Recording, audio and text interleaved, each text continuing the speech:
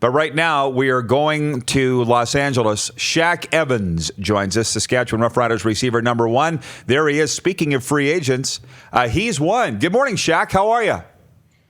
Good morning, Ryan. How you doing? Happy birthday. I heard it was your birthday today. Just wanted to wish you happy Did birthday. they tell you to say that? Thank you, Shaq. Yeah, they actually did. I really appreciate that. Very nice of you. Yes, sir. Okay, as I open all these interviews, because it is the off season, before we get into actual ball talk, how are things in your life? What's going on with Shaq Evans these days?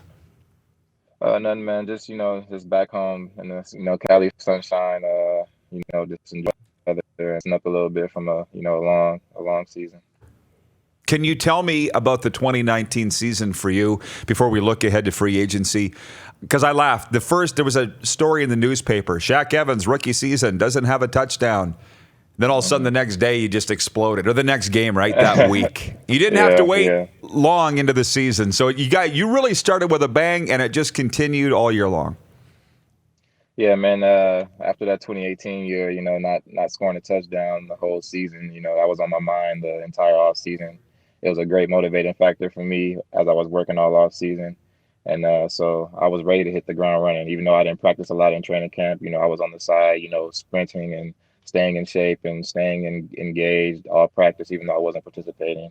And, it showed, I hit the ground running from pretty much preseason to the end of the season. So what changed for you really from year 1 to year 2? Was it your off-season training? Was it a fact that you weren't a rookie anymore? Was it offensive scheme? What was it?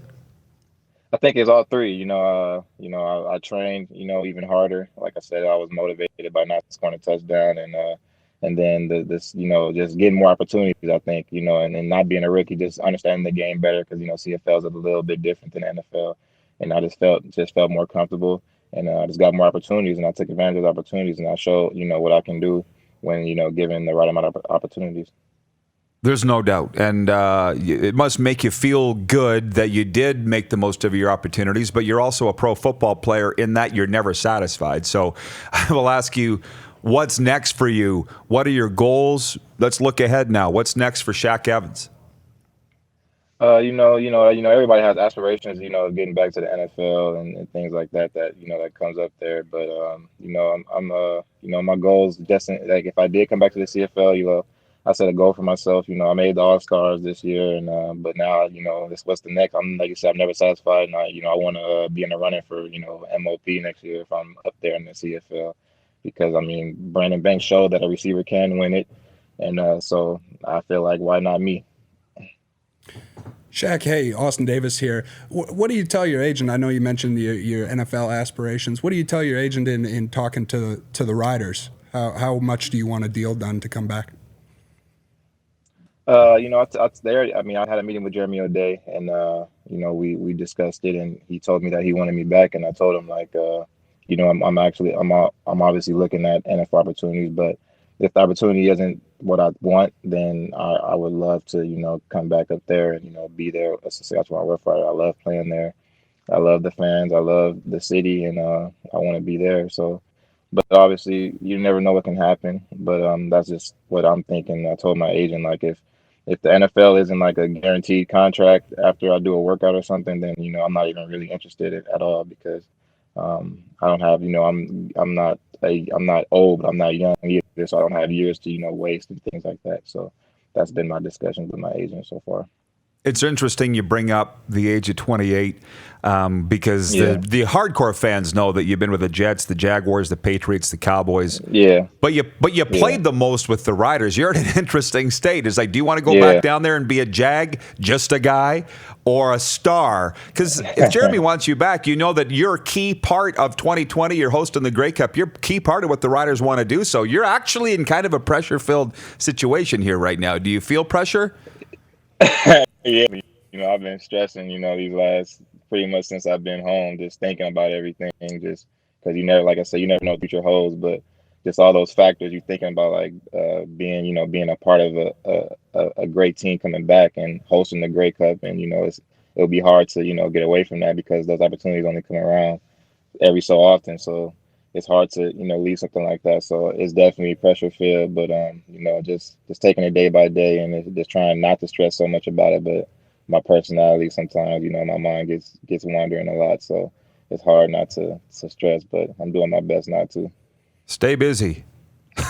That would be my best. Exactly. That's why I'm getting ready to go work out right now. So just trying to just stay in the gym and do something to just keep my mind off of it. Speaking of workouts, do you have any scheduled? Have you had any? What's the holiday season and into the new year like for you that way? Yeah, so far I only have it's with the New York Giants on the 23rd. So I leave next Sunday, 7:30 in the morning, and I get to New York, you know, after like a 5-6 hour flight, and then work out the next day, and we'll see what happens from there. But like I said, if it's not, you know, if they do want to offer me, you know, a week or two after, when it's for a guaranteed in the sign-in bonus or something like that, then I'm going to pass on it most likely. Can you tell our viewers and listeners this morning what an NFL workout is like? I mean, I've heard guys that have gone out and done a 5-minute drill. I've heard guys that have gone and worked out for 3 hours. I mean, what are you expecting when you go to New York? The thing is, I've worked out for New York guys like back in 2015. So, but like, and so just so fans know, like every team's different, like every organization is different. So you never know what you're going to do. Like when I was with the Giants, the workout was pretty quick. You know, it was just we filled out some medical paperwork, and then we went right to the field, ran a few routes for like maybe 15-20 minutes, if that, and ran 140, and that was it. And then I worked out for Seattle one time, and I was there all freaking day. So, and we ran a 40, did a shuttle, did some drills before we even did the route. So, you know, it just varies depending on the team that you work out for. So it can be, like you said, 2-3 hours, or, you know, 30 minutes. One more for you. It's from our producer, Clark. Wants to know your relationship with Cody Fajardo and your thoughts on the new offensive coordinator, Jason Maas. Oh yeah, me and Cody are real cool. I mean, I'm pretty sure like once I get settled in and fit going for next year, we're definitely going to get together, because he's from Anaheim, and I live out here in Anaheim now. So we're definitely going to be getting together and getting that chemistry going even better than we had this year, because it's crazy the chemistry we had, because we didn't even get that. We got 0 reps in training camp, like 0 reps in training camp, and for us to hit the ground like we did this year just shows the kind of guy he is and the kind of guy I am. We just both hard workers. So, but the only thing we disagree on is who's the better team in LA when it comes to baseball. You know, he loves the Angels, and I love the Dodgers. So we got a little going. And and in terms of Jason Maas, I don't know a lot of. I mean, I've only been in CFL for 2 years, so I don't know a whole lot about him. But I just know that the offensive numbers that Eskimos put up this year was tremendous, especially when he had Trevor Harris healthy. So I know that he is a innovative guy, and I like the plays that he runs, and I could see, you know, myself flourishing in that, and the rest of our offense as well. You know, with Swerve and Jay Will coming back, and hopefully Naaman comes back, but we'll see. Well, Shaq, obviously, unselfishly, good luck. You've got the talent to stick down there. So, you know, do the right things, and hopefully you do. Selfishly, we'd like to have you back as part of a big run in 2020. So it's actually a win-win for you. So I'll say Merry Christmas and thanks for your time, and keep in touch. Yes, sir. Merry Christmas to you guys, too. I appreciate you guys having me. You're watching Rod Pedersen On Demand. For more of The Rod Pedersen Show, visit rodpedersen.com or follow Rod Pedersen on social media.